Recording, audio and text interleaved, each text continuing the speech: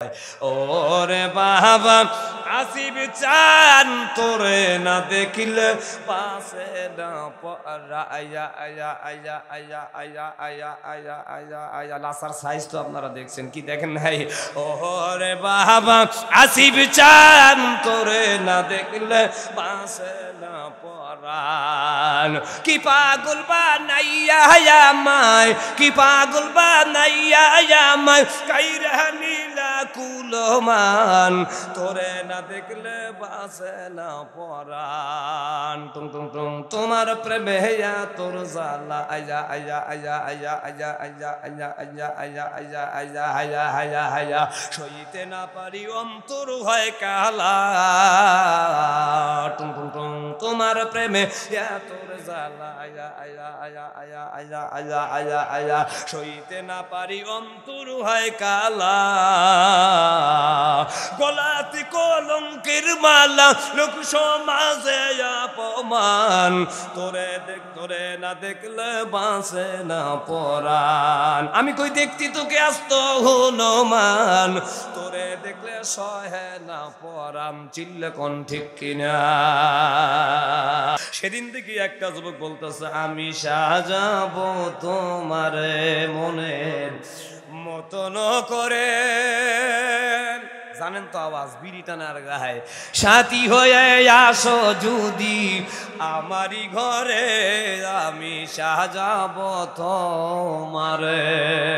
আল্লাহ কয় যতই সাজান সাজাও কাপড়ের কাপড় আতর গরমাগ আতর সুরমাগ আর এগুলা ছাড়া সাজানোর অধিকার নাই। একটু জোরে জোরে বলা যাবে কি ঠিক কিনা। প্রধানমন্ত্রী মারা গেলে সাজান লাগবে কাপড়ের কাপড় দিয়া আতর গোলাপ সুরমা। একটা ভিক্ষুক মারা গেলে তাই চিল্লাকন ঠিক কিনা। আল্লাহ কয় যতই সাজান সাজাও আমি আল্লাহ যে বিধান দিলাম এর ওপর সাজাতে আর তোমরা পারবা না। আবার কিভাবে বিড়ি টানার কয় রাখবো তোমায় হৃদয় ভরে দেখবো তোমায় দুই নয়ন খুলে তুমি যদি না সহ বন্ধু তুমি যদি না সহ বন্ধু আমি বাঁচিব কেমনে আমি সাজাবো তোমারে মনের মতন করে সাথী হয়ে আসো যদি আমারই ঘরে আমি সাজাবো তোমারে। একটু জোরে বলা যাবে কি নাউজুবিল্লাহ। এটাই যদি আমরা আসল তরিকা নিয়ে আমরা যদি মসজিদে যাই আর নামাজ পড়ি আর সুন্দর করে আমরা বলি আল্লাহ বলে তোমাদের আমি আল্লাহ বানা দেব আমি আল্লাহর ওলি আখিরাতের ময়দানে দিয়ে দেব জান্নাতে বাড়ি। একটু জোরে জোরে বলুন না ঠিক কিনা। এবার আমার সাথে বলেন এই সুরাপাড়া গ্রামের যুবক ভাইরা বলেন আমি সাজাবো জীবন তারে সব হবে আমি বলেন আমি বলছি বলেন আমি সাজাবো জীবন তারে নামাজ রোজা দিয়ে শান্তি পাবো তাতে আমি অন্ধকার কবরে আমি সাজাবো জীবন তারে। মুখস্থ করেন না কেন আমি সাজাবো জীবন তারে বলেন আমি সাজাবো জীবন তারে নামাজ রোজা দিয়ে শান্তি পাবো তাতে আমি অন্ধকার কবরে আমি সাজাবো জীবন তারে। আমি যাব না যত মনে করি আমি যাব না যত মনে করি আমায় আজরাইল টাইনা নেয় কবরের বাড়ি আমায় আজরাইল টাইনা নেয় কবরের বাড়ি। একটু জোরে জোরে বলা যাবে কি ঠিক কিনা।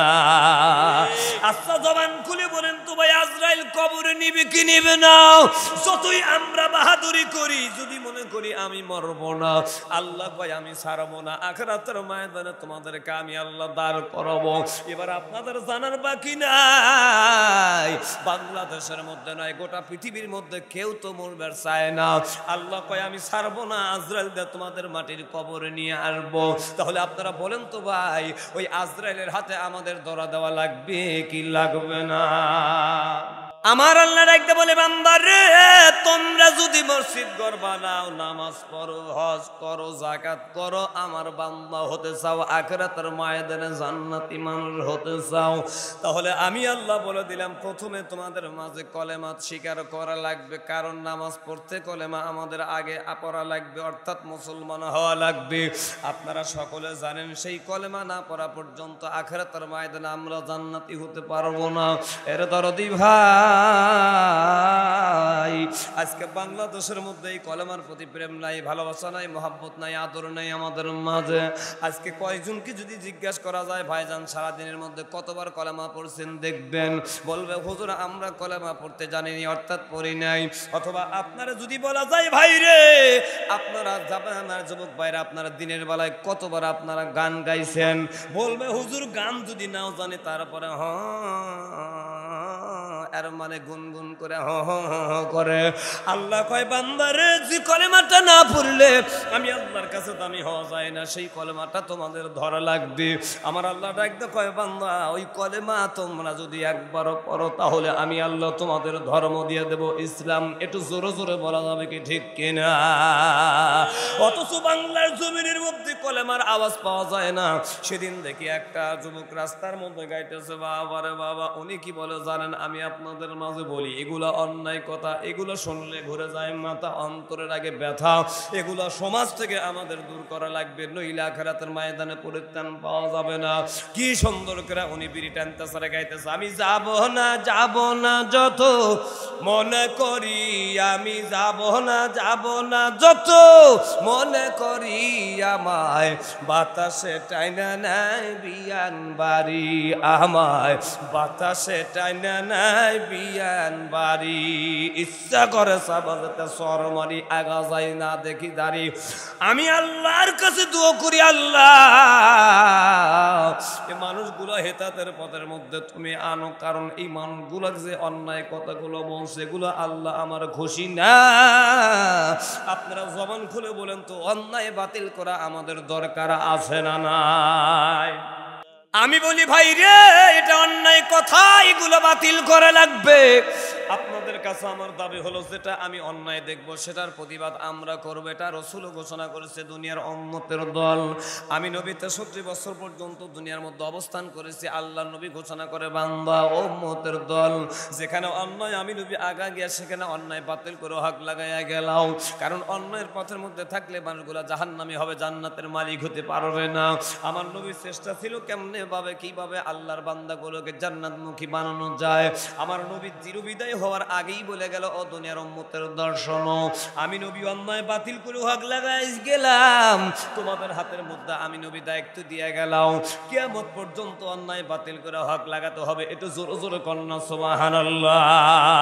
এই যে কথাটা বললো এটা আমি আব্দুল মুমিন নকল করেছি আপনাদের জন্য এসোলাপাড়া গ্রামের ভাই রাস্তার মধ্যে যাবেন অন্যায় কথাগুলো বাতিল করে ভালো কথা বলবেন আমি এটা নকল করেছি আমার সাথে জবান খুলে বলুন আমি যাব না যত মনে করি আমি যাব না যত মনে করি আমায় আজরাইল টাইনা নেয় কবরের বাড়ি আমায় আজরাইল টাইনা নেয় কবরের বাড়ি একটু জোরে জোরে বলা যাবে কি ঠিক কিনা আচ্ছা জবান খুলে বলেন তো ভাই আজরাইল কবরে নিবে কি নিবে না যতই আমরা বাহাদুরি করি যদি মনে করি আমি মরব না আল্লাহ ভাই আমি ছাড়বো না আখিরাতের ময়দানে তোমাদেরকে আমি আল্লাহ দাঁড় করাবো এবার আপনাদের জানার বাকি নাই বাংলাদেশের মধ্যে নয় গোটা পৃথিবীর মধ্যে কেউ তো মরবে চায় না আল্লাহ কয় আমি ছাড়বো না আজরাইল দিয়ে তোমাদের মাটির কবরে নিয়ে আসবো তাহলে আপনারা বলেন তো ভাই ওই আজরাইলের হাতে আমাদের ধরা দেওয়া লাগবে কি লাগবে না মুসলমান ভাইয়েরা আমার আমি দৃষ্টি আকর্ষণ করে বলি আল্লাহ কয় আজরাইল দিয়ে আমি জান কবজ করব আপনারা জবান খুলে বলেন তো আজরাইল আমাদের কাছে আল্লাহ পাঠাবে কি পাঠাবে না 14 বছরও যদি বিছানার মধ্যে শুয়ে থাকে এই লোকটাও মরবে চায় না আল্লাহ কয় আমি ছাড়বো না আমি আজরাইল দা জান কবজ করব এ ব্যাপারে আমি আপনাদের মাঝে একটা অবশ্যই ঘটনা শোনাতে চাই আচ্ছা বলেন তো ভাই আমরা যদি বলি মরবো না আল্লাহ কি আমাদের ছাড়বে একটা বিজাতি একজন মানুষ অবশ্যই আল্লাহর নবীর একটা হাদিসের মধ্যে এই কথাটা শোনার পর লা তাদখুলুল মালাইকাতু বাইতান ফিহি কালবুন ওয়ালা তাসাবির, রাসূল বলেছে যে ঘরের মধ্যে জীব জানোয়ারের ছবি থাকে ওই ঘরের মধ্যে আল্লাহর রহমতের ফেরেশতা যায় না।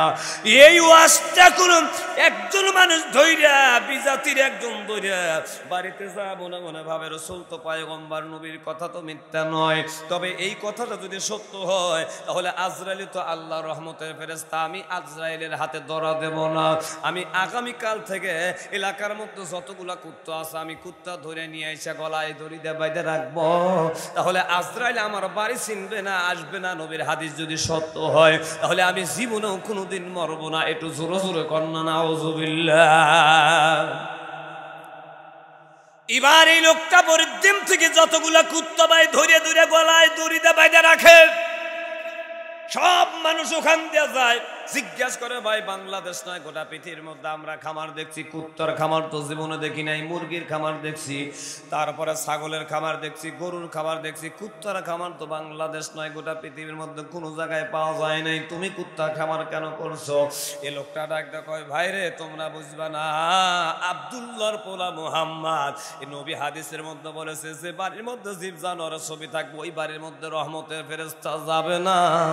এজন্য আমি কুত্তা দূরে রাখছি, আজরাইলে তো রহমতের ফেরেশতা যাতে আমার বাড়ি না আসে, আমি যেন না মরি।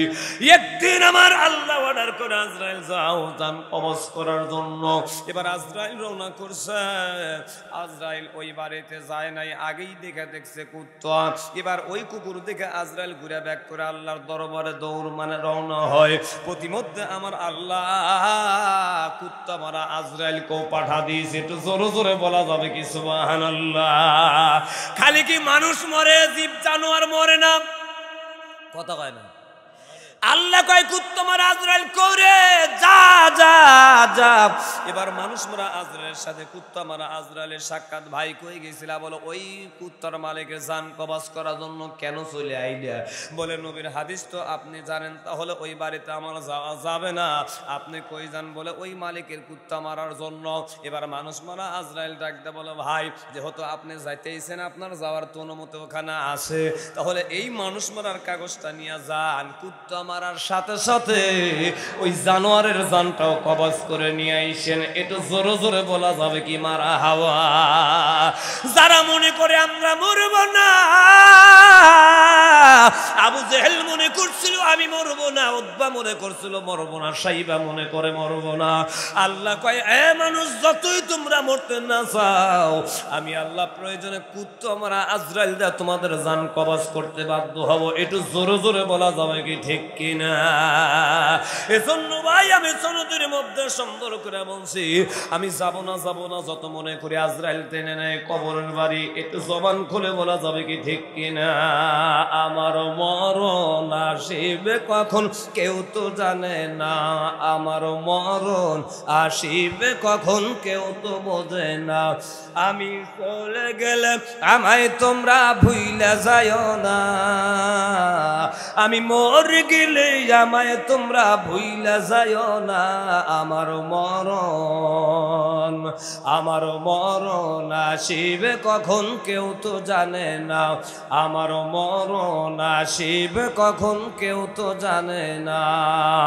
লা ইলাহা, আওয়াজ দেন না কে জোরে? লা ইলাহা ইল্লাল্লাহ, লা ইলাহা।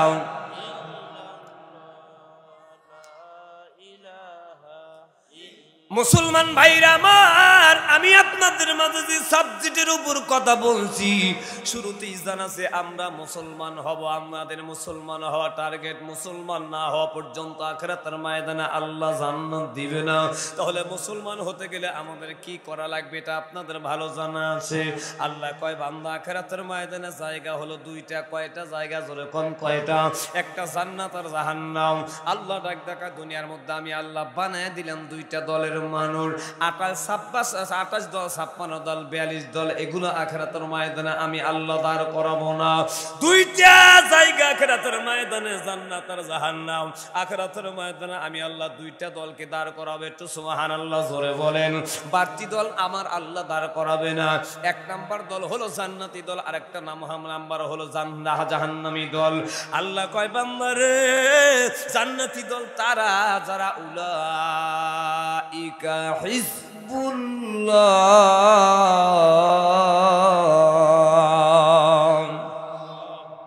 বাড়ির জাকার আল্লাহু আকবার বলেন, সকালে ঘুম থেকে আল্লাহু আকবার, বাবার ডিল আল্লাহু আকবারের। আল্লাহ কই একবার যদি আমার বান্দা আল্লাহু আকবার বলে, আমার আল্লাহ ঘোষণা করে তামাম দুনিয়ার মধ্যে যতটুকু ফাঁকা আছে আমি আল্লাহ নেকি দিয়ে পরিপূর্ণ করে দেই। একটু বেটা সাওয়ালের মতো বলুন তো আল্লাহু আকবার। আমার আল্লাহ ডাকতে কই উলাইকা হিজবুল্লাহ,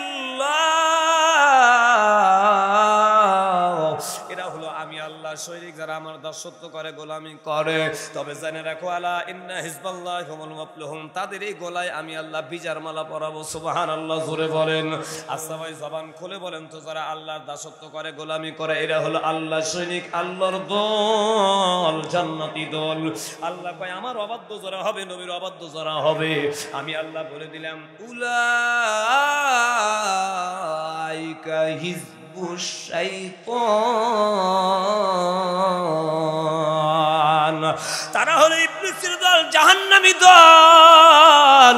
আপনারা জানেন প্রত্যেকটা দলের মধ্যে একজন করে নেতা আছে, আছে না নাই? পরিচালক আছে না নাই? আল্লাহ কয় বান্দা জান্নাতি দলের একজন পরিচালক আমি আল্লাহ দুনিয়ার মধ্যে প্রেরণ করে দিলাম। তোমরা জেনে রাখো সেই নেতা সাধারণ নেতা না, আমি আল্লাহ কোরআন থেকে তাদের জন্য ঘোষণা, তোমাদের জন্য ঘোষণা করে জানা দিলাম। জান্নাতি দলের নেতা হলো ওয়ামা আরসালনাকা ইল্লা রাহমাতাল লিল আলামিন।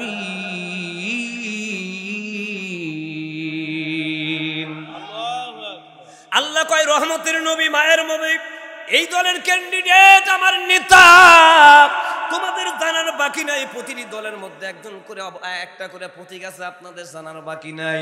প্রত্যেকটা দলের একটা করে প্রতীক থাকে, এই প্রতীকে সিল মারলে বোঝা যায় এই লোকটা হলো ওই দলের মানুষ। জোরে কন্যা ঠিক কিনা? আর একটা মানুষ আর এক প্রতীকের মধ্যে সিল মারলে বোঝা যায় এই দলটা, এই মানুষটা ওই দলের মানুষ। আল্লাহ কয় আখিরি জামানার পয়গম্বর তোমাদের নেতা, উলাইকা হিজবুল্লাহর দলের নেতা। আমার নবীরও একটা প্রতীক জমিনের মধ্যে আমি আল্লাহ দিয়ে দিলাম। এই প্রতীকটা যদি অন্তরের মধ্যে সিলমোহর লাগা নাও, তাহলে আমি আল্লাহ ভেবে নেব, জেনে নেব তুমি হলাম আমি আল্লাহ, তুমি হলো আমার, আমি আল্লাহর সৈনিক, আমার দলের মানুষ। ওই প্রতীকের নাম কি? আমার আল্লাহ ডাক দেখায় আমার নবীর প্রতীকের নাম হলো কলেমা। যদি তোমরা কলেমা অন্তরের মধ্যে সিলমোহর লাগাও, ঈমান আনো, আমি আল্লাহ বলে দিলাম তারা হয়ে যাবে আমার প্রেমিক, জান্নাতের মালিক। আর তাদের অন্তরের মধ্যে আমি আল্লাহ ঈমান দৃঢ় করে দেব। উলাইকা কাতাবা ফি কুলুবিহিমুল ঈমান। আল্লাহু আকবার। আল্লাহ কয় বান্দারে ঈমান আমি দৃঢ় করে দেব, হাঁটি করে দেব, মজবুত করে দেব। তারা হয়ে যাবে আমার প্রেমিক, উলাইকা হিজবুল্লাহর দলের সৈনিক। আপনারা জবান খুলে বলেন তো ভাই, প্রেমিক আর প্রেমিকার মধ্যে মহব্বত আছে না নাই? বাংলাদেশের মধ্যে দেখা যায় প্রেমিক আর প্রেমিকা প্রেম করে, এমন প্রেম করা করলো গলায় দড়ি দেয়া মরলো, ফাঁস নেয়া মরলো, বিষ খা মরলো, জোরে কোন মরে কি পড়ে না? আল্লাহ কয় বান্দা দুনিয়ার মধ্যে মানুষের সাথে সম্পর্ক করার কারণে তোমরা জীবন দাও, তোমাদের জীবন চলে যায়, তোমরা কিছু ভাবো না। তবে আমি আল্লাহ জেনে নিলাম, জেনে দিলাম, জানাইয়া দিলাম বান্দা, আমি আল্লাহ ঘোষণা করলাম আমার নবীর কলেমা পড়ে যারা আমার প্রেমিক হবে, ঈমান আনবে, এই দুনিয়ার মধ্যে বিজাতির হাতে মরবে। আল্লাহর কসম আমি আল্লাহ থেকে তারা দূরে সরবে না, আমার জন্য তারা জীবন দেবে। এই বাংলাদেশের মুসলমান ফিলিস্তিনের মুসলমানদের উপর জুলুম, অত্যাচার, নির্যাতন কেন হয়? এদের তো কোনো অপরাধ নাই। মসজিদুল আকসার মধ্যে আল্লাহু আকবার ধ্বনি হয়, এটাকে নিয়ন্ত্রণে নেওয়ার জন্য, তাদের আওতাভুক্ত করার জন্য ইসরায়েলের কুত্তাগুলো গুলো হামলা চালায়। ফিলিস্তিনের মুসলমানরা কেন মরে, কি জন্য মরে? এরা যদি এই মসজিদুল আকসাকে ছেড়ে দেয় তাহলে তো তাদের মরতে হয় না, বিবি হারাতে হয় না, সন্তান হারাতে হয় না। একই ঘরের মধ্যে শুয়ে থাকে, উপর থেকে অবশ্যই বোমা ফেলা বিল্ডিংটা ধসায় দিয়ে মানুষগুলোকে পাথরের নিচে আটকায় রাখে। মানুষগুলো, কত মানুষ মরে গেল, জানাজা পর্যন্ত তাদের হলো না। ছোট ছোট বাচ্চাগুলো মাথার মধ্যে রক্তগুলো ঝর্ণার মতো বয় জমিনের মধ্যে বসে আছে, খাবারটা পর্যন্ত নাই। কি অপরাধ তাদের? একটাই অপরাধে ঈমান এনেছে, মুসলমান হয়েছে, আল্লাহর সাথে প্রেম করছে। ফিলিস্তিনের মুসলমানেরা জানায়, ও বিজাতিরা শোনো, এই মসজিদুল আকসা তোমার বাবার ঘর না, সাধারণ ঘর না, এটা হলো আমার আল্লাহর ঘর। এই ঘরের মধ্যে বিশ্বনবী ইমামতি করেছেন, জাকারিয়া আলাইহিস সালাম ইমামতি করেছেন। যেই ঘরের মধ্যে গেলে আল্লাহকে পাওয়া যায়, বিজয়ের মালা গলায় পরানো যায়। তাহলে আমরা ফিলিস্তিনের মুসলমানেরা জানা দিলাম, রক্ত দিব, জীবন দিব। ওই সম্পর্ক হয়েছে আল্লাহর সাথে, আমাদের প্রেম হয়ে গেছে আল্লাহর সাথে। আল্লাহর কসম, জীবন চলে যেতে পারে, মসজিদুল আকসা কোনো জাতির সামনে আমরা জাতিকে দিতে পারি না, কোনো বিজাতির হাতের মধ্যে অর্পণ করতে পারি না। যদিও আমরা মরে যাব, বাংলাদেশ থেকে আমরা জানাই, প্রেমিকার প্রেমিকা প্রেম করে যদি মরে, আল্লাহ কয় আমার সাথে যারা প্রেম করেছে, ঈমান এনেছে, মুসলমান হয়ে কলেমা পড়ে মুসলমান হয়েছে, ওই বান্দা হলো আমার প্রেমিক, উলাইকা হিজবুল্লাহ, আমার সৈনিক। ওই বান্দাগুলো পৃথিবীর ভিতরে, জমিনের ভিতরে জীবন দিবে, কিন্তু আমি আল্লাহ থেকে তারা কখনো দূরে থাকবে না। একটু চিল্লা বলা যাবে কি ঠিক কিনা? এটা আওয়াজ দেন, চিল্লা কোন ঠিক কিনা? মিয়ানমারের অবস্থানগুলো তো দেখছেন আপনারা। এ মুসলমান, আমরা তো আরামে নামাজ পড়ি, মসজিদে যাই, কোনো বাধা নাই, ইবাদত করি, কোনো বাধা নাই। মিয়ানমারের মানুষগুলোকে আপনারা লক্ষ্য করেছেন, ছোট ছোট বাচ্চাগুলো কুমার কুল থেকে কাইরে নিয়ে হত্যা করা হয়, টুকরো টুকরো করা হয়েছিল। মহিলাদের স্তন কেটে জমিনের মধ্যে ফেলানো হয়, মহিলাদের অলঙ্গ কইরা রাস্তার মধ্যে অবশ্যই বেঁধে রাখা হয়েছিল। একই ঘরের মধ্যে আবদ্ধ করে মানুষগুলোকে আগুনে পুড়ে মারলো। খোদার কসম রে ভাই, একটা মিয়ানমারের মানুষগুলা ঈমান হারা হয় নাই। আল্লাহ কয় তা পারবে না। উলাইকা কাতাবা ফি কুলুবিহিমুল ঈমান, ঈমান আমি আল্লাহ দৃঢ় করে দিয়েছি, মজবুত করে দিয়েছি, হাদি করে দিয়েছি। কারণ আমার বন্ধুর কলেমা পড়ার কারণে। একবার যদি কলেমা পড়ে মুসলমান, আমি আল্লাহ বলে দিলাম, কোন জাতি যদি একবার কলেমা পড়ে, আল্লাহ একটা বলে, ইন্নাদ-দীনা ইনদাল্লাহিল ইসলাম। আল্লাহু আকবার বলেন। আল্লাহ কয়, যদি প্রেমিক হতে চাও একবার কলেমা পড়ে নাও, আমি রব্বুল আলামিন কলেমা পড়ার সাথে সাথে আমি আল্লাহ ধর্ম দিয়ে দেব ইসলাম। আপনারা জবান খুলে বলেন তো, কলেমা ছাড়া কি আমাদের ইসলাম ধর্ম পাওয়া যাবে? এটা দরদের ভাই, ইসলাম সম্পর্কে বুঝাতে গেলে আমার অনেক সময়ের দরকার, সময় তো আমার হাতের মধ্যে বেশি নাই। আল্লাহ কয়, একবার কলেমা পড়লে ইসলাম পেয়ে গেলাম, আমি আল্লাহ তোমাদের জন্য জাতি সনদ একটা নাম দিয়ে দিলাম, জাতিকরণ একটা নাম দিয়ে দিলাম, তাদের নাম হয়ে যাবে মুসলমান। আল্লাহর কোরআন সিয়া বলে গেলাম, যারা মুসলমান হয়ে যাবে, আমার আল্লাহ ডাক দেখায় তাদের বাড়াইয়া দিলাম আমি আল্লাহ মান। আখিরাতের ময়দানে কোনো না কোনো একদিন আমার বান্দা পেয়ে যাবে জান্নাত খান। একটু জোরে জোরে বলা যাবে কি মারহাবা, লা ইলাহা। ফুটেজ দিল না রে ভাই, আশ্চর্য কথা। একটু জোরে, লা ইলাহা ইল্লাল্লাহ, লা ইলাহা। এ ভাই এটা আওয়াজ দেন জোরে, লা ইলাহা।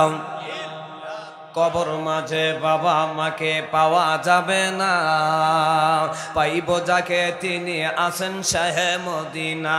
ও ভাই, কবর মাঝে বাবা মাকে দেখা যাবে না, দেখব যাকে তিনি কাঁদেন শাহে মদিনা। ওই কবরে নবী সারা বন্ধ পাব না, ও ভাই ওই কবরে নবী সারা সাথী পাব না।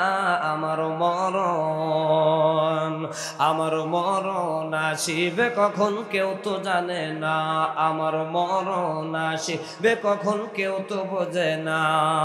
লা ইলাহা।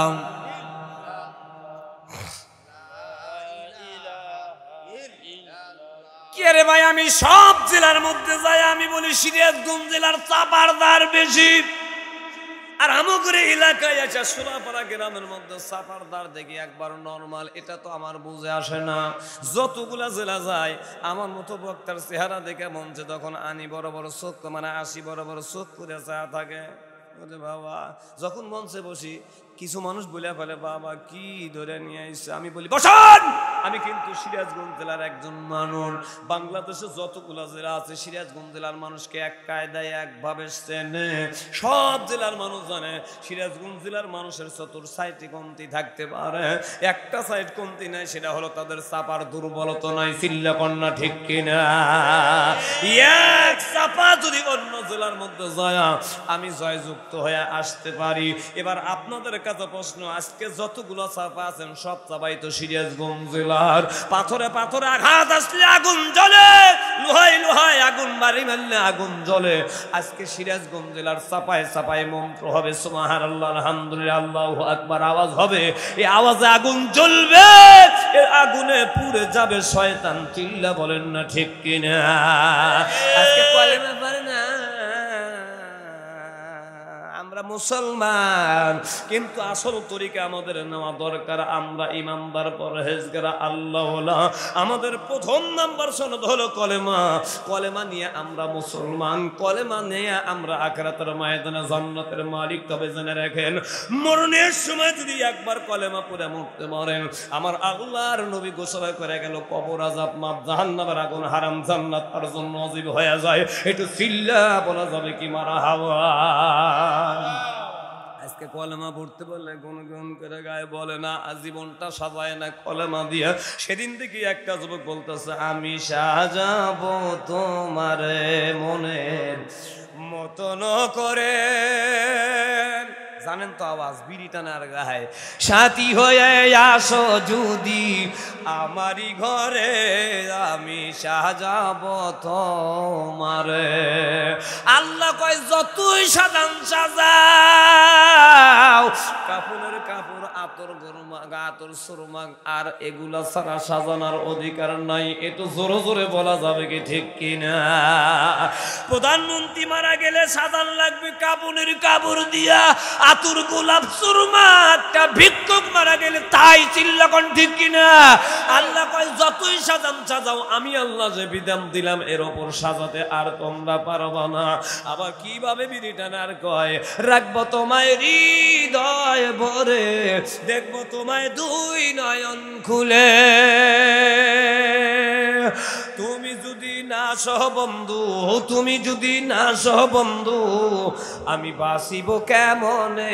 আমি সাজাবো তোমার মনের মতন করে, সাথী হয়ে আসো যদি আমারই ঘরে, আমি সাজাবো তোমারে। একটু জোরে বলা যাবে কি নাউজুবিল্লাহ? এটাই যদি আমরা আসল তরিকা নিয়ে আমরা যদি মসজিদে যাই আর নামাজ পড়ি আর সুন্দর করে আমরা বলি, আল্লাহ বলে তোমাদের আমি আল্লাহ বানা দেব, আমি আল্লাহর ওলি, আখিরাতের ময়দানে দিয়ে দেব জান্নাতে বাড়ি। একটু জোরে জোরে বলুন না ঠিক কিনা? এবার আমার সাথে বলেন, এই সোনাপাড়া গ্রামের যুবক ভাইরা বলেন, আমি সাজাবো জীবন তারে। সব হবে আমি বলেন, আমি বলছি বলেন, আমি সাজাবো জীবন তারে, নামাজ রোজা দিয়ে শান্তি পাবো তাতে, আমি অন্ধকার কবরে আমি সাজাবো জীবন তারে। মুখস্থ করেন না কেন? আমি সাজাবো জীবন তারে, বলেন আমি সাজাবো জীবন তারে, নামাজ রোজা দিয়ে শান্তি পাবো তাতে, আমি অন্ধকার কবরে আমি সাজাবো জীবন তারে। দলিল কদ আফলাহাল মুমিনুন আল্লাযীনা হুম ফি সালাতিহিম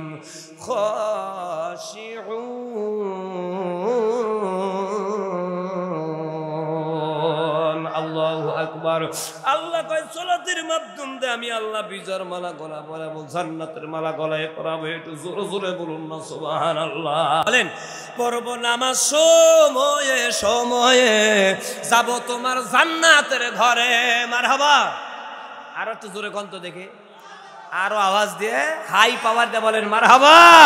পড়বো নামাজ সময়ে সময়ে, যাব তোমার জান্নাতের ঘরে। তুমি ছাড়া জান্নাত আল্লাহ, তুমি ছাড়া জান্নাত আল্লাহ আমি পাইব কেমনে, আমি সাজাবো জীবনটারে। নামাজ রোজা দিয়ে শান্তি পাবো তাতে আমি, অন্ধকার কবরে আমি সাজাবো জীবনটারে। একটু আওয়াজ দিয়ে বলুন ঠিক কিনা। আজকে বাংলাদেশের মধ্যে ভাই তরিকার অভাব নাই। খাজা বাবা, দয়াল বাবা, কিবলা কাবা, মোজ বাবা, দাড়ি বাবা, নামাজ নাই, রোজা নাই, হজ নাই, জাকাত নাই, দোয়া নাই, কালাম নাই, মসজিদ নাই, মাদ্রাসা নাই। এরা কয় নামাজ পড়বো কোথায়, সিজদা দেওয়ার জায়গা নাই। জানোয়ার গুলোকে চাপা যেতে লাগান দরকার। জোরে জোরে কন্যা ঠিক কিনা। মুসলমান ভাইরা আবার এগুলা বলতেছে একটা কারণে, মসজিদে মুসল্লি পাওয়া যায় না।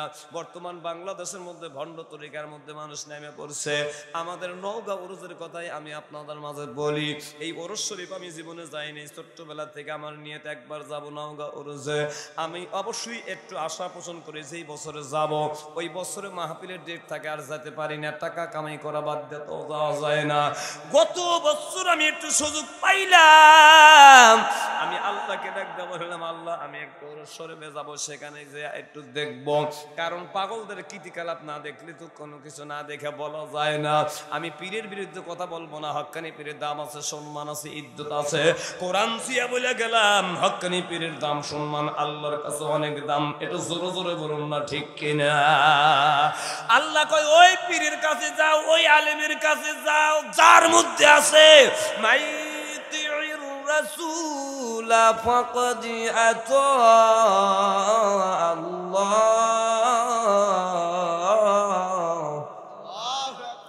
যার মধ্যে রাসূলের অনুগত আছে, আল্লাহ কয় তার কাছে তোমরা অবশ্যই যাও, তাদের কাছে যাইতে পারবা। আমি আল্লাহর অনুগত তার মধ্যে আছে। রাসূলের সুন্নতের তরিকা যার মধ্যে নাই, আল্লাহ কয় তাদের সাথে আমার ভালোবাসা নাই, প্রেম নাই। একটু জোরে কন্যা ঠিক কিনা। এত কথা বুঝাতে পারবো না, সময় নাই। রাসূল ছাড়া আল্লাহকে পাওয়া আমাদের কখনো যাবে না, যাবে না। যেখানে দেখবেন ফরজ, আল্লাহ কয় আগে সুন্নত দিলাম। ফজরের নামাজ মসজিদে এসে পড়েন 4 রাকাত, প্রথমে 2 রাকাত সুন্নত পড়া লাগে, তারপরে ফরজের কাছে যাওয়া লাগে। নামাজ পড়তে গিয়ে ওযু বানার লাগে, আপনারা জানেন ওযুর ফরজ 4টি। প্রথম নাম্বার মুখমণ্ডল ধৌত করা। আচ্ছা জবান খুলে বলেন তো, কেউ কি আগে প্রথমে মুখমণ্ডল ধোয়? কথা কন না গে। আগে প্রথমে 2 হাতের কবজি সহ আমরা 3 বার ধুই, তারপরে 3 বার কুলি করি, তারপরে 3 বার নাকে পানি দেই। এগুলা হলো সুন্নত। আল্লাহ কয় ফরজের কাছে যাইতে হলে আগে সুন্নত দিয়েই যেতে হবে। তাহলে আমার আল্লাহ কোরআনের সাথে বর্ণনা করেছেন মাইয়িতের রাসূলা ফাকাদা আতা আল্লাহ। যাই হোক, বিশ্লেষণ করার সময় নাই। আমি গেলাম সেই নওগাঁ উরুজে, আল্লাহকে ডাকতে বললাম, আল্লাহ যাব, কিন্তু অসুবিধা এক জায়গায়। সব মানুষ তো আমার চেনে, দেখবেন দুনিয়ার মানুষ যাবে, অসুবিধা নাই। কিন্তু কোনো মসজিদের ইমাম অথবা মোল্লা যদি যায়, দেখছে মুমিন হুজুর মসজিদের ইমাম আইছে, তোরা দেখবো, ইমামের দেখতে মন চায় না। সেখানে আমি গেলাম, আল্লাহকে ডাকতে বললাম, আল্লাহ রুমাল দিয়া মুখটা ঢেকে আমি চোখ 2টা বাই করে একটু ঘুরবো, বেশি না, আধা ঘন্টা 1 ঘন্টা থাকবো। ভাইজান আমি দেখলাম ওখানে ঢুইকা যেখানে যাই খালি বড় বড় এরকম করে মঞ্চ আর 2টা করে বক্স। যেখানে ওলামায়ে কেরামের আলোচনা, সেখানে শতকরা 90% মানুষ নাই, 1% মানুষ ওখানে বসে আছে। আর হরেক রকমের মেলার মধ্যে শত শত এরকম মঞ্চ বানা রাখছে। আমাদের এলাকার কথাই আমি বলি, মুসলমান ভাইরা আবার একটা মঞ্চের মধ্যে কারা দাঁড়াইলাম, কয়েকজন মানুষ বসে আছে, আর একজন মানুষ মাঝে বসে আছে। তার মাথার মধ্যে লম্বা চুল, মুখের মধ্যে টাকা দেখি লম্বা দাড়ি। সুবহানাল্লাহ জোরে বলেন। আল্লাহর কাছে দোয়া করি, আল্লাহ দাড়ি তো দাম আছে, যারা রাখছে দাড়ি, আল্লাহর কাছে কি দোয়া না করে কি পারি? এ ভাই দাড়ি দেখে ভালো লাগলো, কিন্তু মোছের দিকে টাকা দেখে দাঁড়িয়েছে 2 ইঞ্চি লম্বা মোছ। বোঝেন নাই? দাঁড়িয়েছে 2 ইঞ্চি লম্বা মোছ। আমি বললাম, ভাই ওই যে মোছ ও বড়, দাড়িও বড়, আমার বোঝে না এই লোকটাকে। কয় হুজুর চেনেন না, ইনি তো বাবা। যেখানে যাই খালি বাবা আর বাবা, একটা মঞ্চে খালি বাবা বসে আছে। আল্লাহ কই এত বাপ তো ভালো না, আমি বাপ দিলাম একটা। যেরকম তো বাপ বেশি কি হওয়া যাবে? কথা কয় না। আমার আব্বা যদি 4টা বিয়ে করে 4টাই মা। এবার বলেন তো আমার মা যদি 4টা বিয়ে করে 4টাই কি আমরা বাপ বলবো? কে বাপ বিয়ে করলে মানা যায়, মা বিয়ে করলে মানা যায় না। বোঝা গেল মাসনা ওয়াসুলা সরবা। আল্লাহ কয় আমার বিধান যেখানে আছে সেখানে তোমাদের মানতে হবে। ভোট মানবে, কোর্ট মানবে, ইউনিয়ন মানবে, থানা মানবে, আমি আল্লাহ মানবো, রসুল মানবে। একটু জোরে জোরে বলা যাবে কি সুবহানাল্লাহ? আমি বললাম বাইরে বাবার অবস্থা এরকম কেন? চুল বড়, দাড়ি বলো ভালো, মুজ বড়, হাতের মধ্যে টাকা দেখি লম্বা সারা, পায়ের মধ্যে টাকা দেখি লম্বা সারা। ব্যাপার কি? হুজুর এই তরিকায় যারা থাকে, দেইনে যাই লাইনে যারা থাকে, তাদের কাটা কাটি করা যাবে? কথা কন না কে যাবে না? হায় হায় তরিকা। আমি জিজ্ঞেস করলাম বাইরে বাহির জগতের মধ্যে যা যা দিয়া রাখলো আল্লাহ এগুলা কাটেন নাই ভালো, আল্লাহ তো ভিতরগত কিছু দিয়া রাখছে, এগুলোর খবর কি? ভাই হুজুর সব জায়গার খবর হলো এক। একটু চিল্লা বলা যাবে কি নাউজুবিল্লাহ? মুসলমান ভাইরা বিশ্লেষণ করবো না, সময় নাই। ওই একটা লোক দাঁড়াইয়া গলার মধ্যে হারমোনি নিয়া ওই দাঁড়ায়া উনি বর্ণনা করতেছে, অর্থাৎ ওয়াজ করতেছে, ভাই আমার এই বাবা এখানে বসে আছে, এই বাবার লাইনে যারা আসবে, বাবার তরিকায় যারা আসবে, আমার বাবার অনুগত্য যারা করবে, আমার বাবা তাদের জন্য উপহার দিবে। কি দিবে বলে? একটা করে ঝোল্লা তারে দান করবে। একটু জোরে নাউজুবিল্লাহ। আমি নিজে জানলাম, দেখলাম একটা করে ঝোল্লা তারে দিবে। ওই বাবারে যারা মহব্বত করবে, ভালোবাসবে, জীবন দিয়ে ভালোবাসবে, ওই সেলা শয়তান বলতেছে বাবাকে যদি তোমরা ভালোবাসো জীবন দিয়া, বাবার লাইনে যদি আসো, বাবাকে যদি ভালোবাসো জীবন দিয়া, আমার বাবা তোমার ঝোল্লা দান করবে। আমি বললাম আল্লাহ ঝোল্লার কেরামতি এগুলো আমার বোঝা দরকার। কিছুক্ষণ পর বিশ্লেষণ করে জানো এই ঝোল্লার দাম এত বেশি, কত বেশি? আখিরাতের ময়দানে ফুলসুরাতের ঘাট বান্দাগুলো পার হবে, এই ফুলসুরাতের ঘাটে যায় পার হতে পারবে না। আমার বাবা এই ঝোল্লার মধ্যে তুলিয়া তুলিয়া নিয়ে আমার বাবা পার করবে। একটু জোর কন্যা নাউজুবিল্লাহ।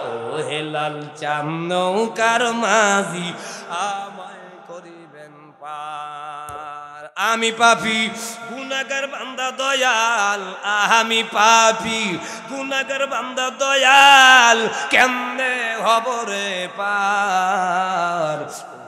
লাল চান নৌকার মাঝি আমায় করিবেন পার। আল্লাহ কয় তাই কি হয়? পার করার অনুমতি আমার নবীর। চিল্লা কোন ঠিক কিনা? কথা কয় না জোরে কোন ঠিক কিনা? আল্লাহ কয় পার করার অনুমতি থাকবে। নবী আমা আরসালনাকা ইল্লা রাহমাতাল লিল আলামিন। আল্লাহু আকবার। আল্লাহ কয় রহমতের নবী, মায়ের নবী আমার নবী পার করবে। কোনো বাবার ক্ষমতা নাই আখিরাতের ময়দানে পার করা। ওই লোকেই বুঝায় আসে রে শুনো গুনকে ডাক দে, কয় ভাই আমি বলি তোমরা শোনো। এই কথাটা বলছি মসজিদের জন্য, নামাজের জন্য। অনেক আলোচনা পাই কেটে দিচ্ছি। গোলার মধ্যে টুনটুনি বাজায়া আমি ওনার কাছ থেকে শুনলাম, সত্য কথা মিথ্যা নাই। কয় ও রে বাবা, এই বাবারে দেখায় আর জনগণকে বুঝায়, ও রে বাবা আসিব চান তোরে না দেখিলে পাশে না পড়া। আয়া আয়া আয়া আয়া আয়া আয়া আয়া আয়া আয়া। লাসার সাইজ তো আপনারা দেখছেন, কি দেখেন নাই? ও রে বাবা আসিব চান তোরে না দেখলে পাশে না পড়ান। কি পাগল বানাইয়া আমায়, কি পাগল বানাইয়া আমায়, কাইরা নীলা কুলমান, তোরে না দেখলে বাসে না পরাণ। টুং টুং টুং তোমার প্রেমে হেয়া তোর জালা আয়া আয়া আয়া আয়া আয়া আয়া আয়া আয়া আয়া আয়া আয়া আয়া আয়া আয়া। সইতে না পারি অন্তর হয় কালা। টুং টুং টুং তোমার প্রেমে হেয়া তোর জালা আয়া আয়া আয়া আয়া আয়া আয়া আয়া আয়া। সইতে না পারি অন্তর হয় কালা। গলাতে কলঙ্কের মালা, লোক সমাজে অপমান, তোরে না দেখলে বাঁচে না পরাণ। আমি কই দেখতি তোকে আসত হনুমান, তোরে দেখলে সহে না পরাণ। চিল্লে কোন ঠিক কিনা? এটাই যদি আমরা বলি الرسول فقد أطاع الله فما أرسلناك عليهم حفيظا আল্লাহু আকবার।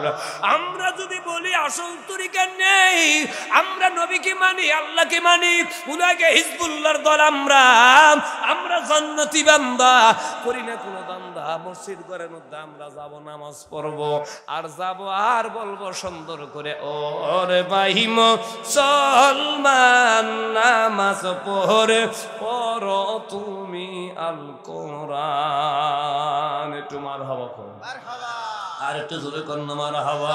এবার বলেন তো ভাই, বলেন মসজিদে যাবো আর আমরা বলবো, ওরে ভাই মুসলমান নামাজ পড়ে পড়ো তুমি আল কোরআন। কোরআনেতে আছে জাদু, কোরআনেতে ভালো কথাগুলো বলে না। এখন যদি বলা যায় যে শিল্পী নার্গিসের একটা গান গাও, দেখবেন নি চাপা নাই, তারপরও বিড়ি টানবার গাইবে, এরা হলো ইবলিসের দুলাভাই। আল্লাহ ভাই আখিরাতের ময়দানে তাদের জন্য জান্নাত নাই। চিল্লা কন্যা ঠিক কিনা? অধরঙ্গের বাতাস লাগে, 4-5 জন মানুষ ঠিলিয়া বেরিয়ায়, কবিরাজ কোনোদিন শিখাইল না, আর ঠিলিয়া বেরিয়ায় কয় আয় আয় পদ্মা দেবী, পদ্মা দেবী, আয় রে সব পদ্মা দেবী খেয়ে যায়। ইবলিস কয় দর বল, যা পারিস তাই কয়া, কলি তোর কবরে আযাবের ফেরেশতা গুতা মারবে। চিল্লা কোন ঠিক কিনা? একটু বলেন না কেন? ওরে ভাই মুসলমান নামাজ পড়ে পড়ো তুমি আল কোরআন। কোরআনেতে আছে জাদু, কোরআনেতে পড়লে পারবি তোমার মান সম্মান। নামাজ পড়ে পড়ো তুমি আল কোরআন। কোরআনেতে 30 পারা, কয় পারা জোরে কর না কে? ওরা কয় 62 পারা। কোরআনেতে 30 পারা, না পড়িলে ভাই অন্তর হয় কালা। নবী বলল যার অন্তরে কোরআন নাই, আল্লাহ নবী ডাকদা বলল তার অন্তরটা উজার ভিটার সমান। একটু জোরে জোরে বলুন না ঠিক কিনা? এ সোলাপাড়া গ্রামের ভাই পায়ে হাত দিয়ে গেলাম, মেহরবানি করে কোরআন তোমরা ধরো আর পড়ো। আল্লাহর কসম, মরে যাওয়ার সাথে সাথে কোরআন তোমার কবরে আমার আল্লাহ পাঠাইয়া দিবে, আর নবীকে পাঠাইয়া দিবে। কবরে কোনো বন্ধু যাবে না। আল্লাহ কয় 2টা বন্ধু কবরে আমি আল্লাহ পাঠা দেব, নবী এবং কোরআন। কোরআনেতে 30 পারা, না পড়িলে ভাই অন্তর হয় কালা। পড়লে কোরআন দুনিয়াতে, পড়লে কোরআন দুনিয়াতে জান্নাত হবে তোমার স্থান। নামাজ পড়ে পড়ো তুমি আল কোরআন। একটু জোরে জোরে বলা যাবে কি ঠিক কিনা? মুসলমান ভাইরা আমার, তাহলে আমরা যদি মসজিদ বানাই, নামাজ পড়ি, নবী আর কলেমা আগে ধরা লাগবে, আমাদের মুসলমান হওয়া লাগবে, তারপরে আমরা নামাজ পড়ি। মসজিদ ঘর বানাই, এই মসজিদ ঘরের দরকার আছে না নাই? আল্লাহ কয় মসজিদে যারা নামাজ পড়বে আমি আল্লাহ ঘোষণা করে দিলাম, ওই মসজিদের মধ্যে আমি আল্লাহ বলে দিলাম এমন একটা জায়গা, এমন একটা দিক দিয়ে রাখলাম, ওই জায়গার মধ্যে, ওই দিকের মধ্যে কোনো বান্দা গেলে আমি আল্লাহ বিজয়ের মালা পরা জান্নাতের মেহমান আমি তাদেরকে বানায় দেই। একটু সুল্লাহ কন্যা সুবহানাল্লাহ। বাইরে আলোচনার সময় নাই, আমার প্রায় 10টা বেজে যায়, হয়তো বা প্রধান বক্তা আসবে, কিছু কালেকশন করা হবে, আমি আলোচনা আর দীর্ঘায়ু করতে পারবো না। অনেক আলোচনাই আজকে আমি রেখে দিলাম, মা বোনদের জন্য আলোচনা অনেকগুলো ছিল, এগুলো দেওয়ার আমার সময় হলো না। তবে একটা আমল মাদের জন্য যদি সময় হয় দেব, যাদের স্বামী দেখতে পারে না, ধরে ধরে মারে, বড় বড় চোখ করে তাকায়, হাইলিয়া নুরিতে পেটে, আপনারা জবান খুলে বলেন এ জাতীয় স্বামী আছে না নাই? কথা কয় না, যখন আছে না নাই?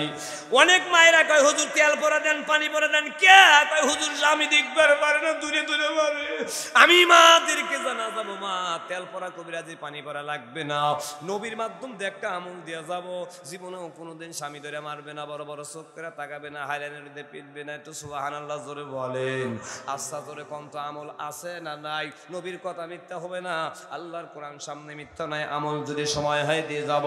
2 নাম্বার আমল মা তোমাদের সন্তানগুলা বিছানার মধ্যে কাদাকাদি করে, এমন একটা সূরা কোরআনের মধ্যে আছে, এই সূরা দিয়া তোমরা যদি সন্তানের বুকে ফু লাগা দাও, আল্লাহর কসম তোমার সন্তান ফজরের আগ মুহূর্ত পর্যন্ত জাগ্রত হবে না। একটু সুবহানাল্লাহ জোরে বলেন।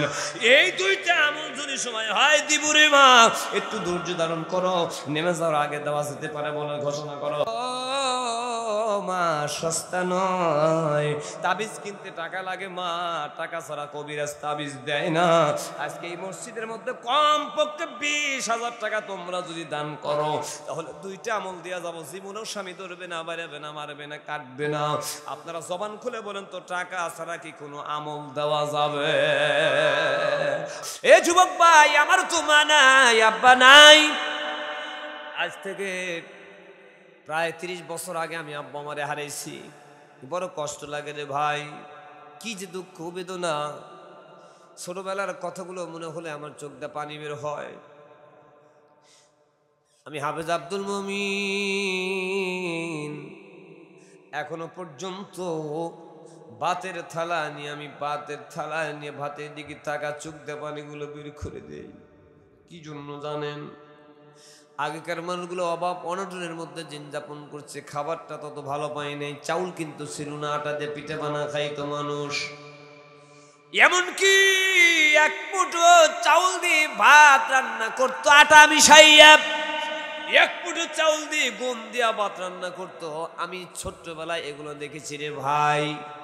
একদিন আমার মা আটা দিয়ে পিঠা বানালো, কিছু চাউল দিয়ে ভাত রান্না করলো।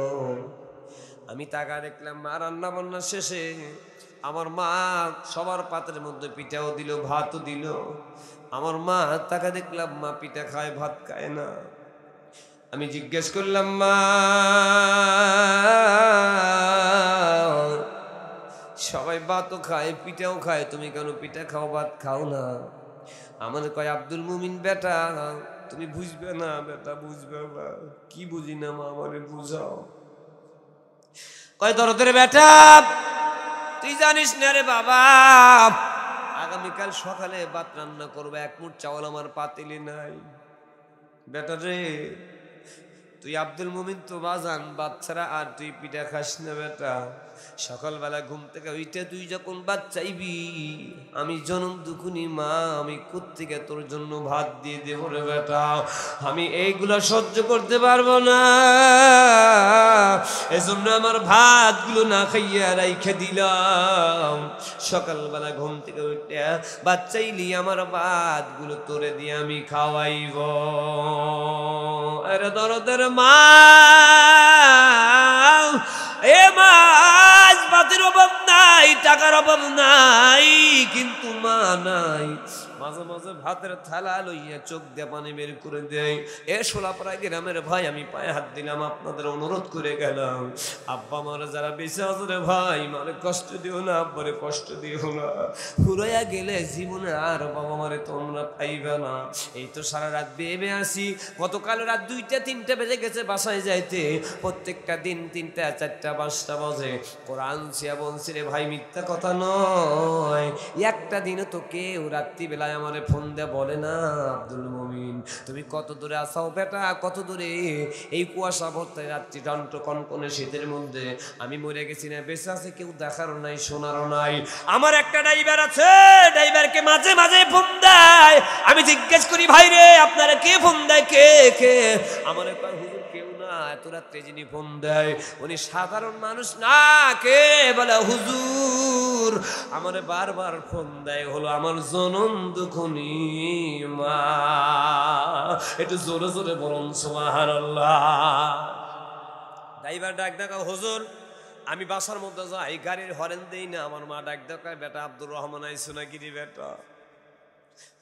ড্রাইভার কয়, মারে মা আমি তো হরেন দেই নাই, তুমি কেমনে জানলা আমি আব্দুর রহমান আইসি, তুমি এখনো ঘুমাও নাই? আমারে কয়, হুজুর মা ডাকতে কয়, বেটা আব্দুর রহমান তুই জানিস না রে বেটা, তুই যতক্ষণ পর্যন্ত না আসিস আমার চোখের মধ্যে ঘুম ধরে না। আব্দুর রহমান ডাকতে কয়, মা এই বাড়ির মধ্যে আমার স্ত্রী আছে, ছেলে আছে, মেয়ে আছে, কেউ তো আমার জন্য জেগে থাকে না, যারা দান দেয় দিন। কেউ তো আমার কাছে আমার জেগে থাকে না। মা তুমি কেন জেগে থাকো? কয় বেটা তোর ছেলের মতো আমি তোরে ভালোবাসি না, তোর স্ত্রীর মতো আমি তোরে ভালোবাসি না। তোরে আমি ভালোবাসি না রে মা, মানে তোর ছেলের মতো আমি ভালোবাসি না। আল্লাহর কসম করে বললাম বেটা আমার জীবনের চাইতে তোরে আমি বেশি ভালোবাসি। একটু জোরে জোরে বলুন না সুবহানাল্লাহ।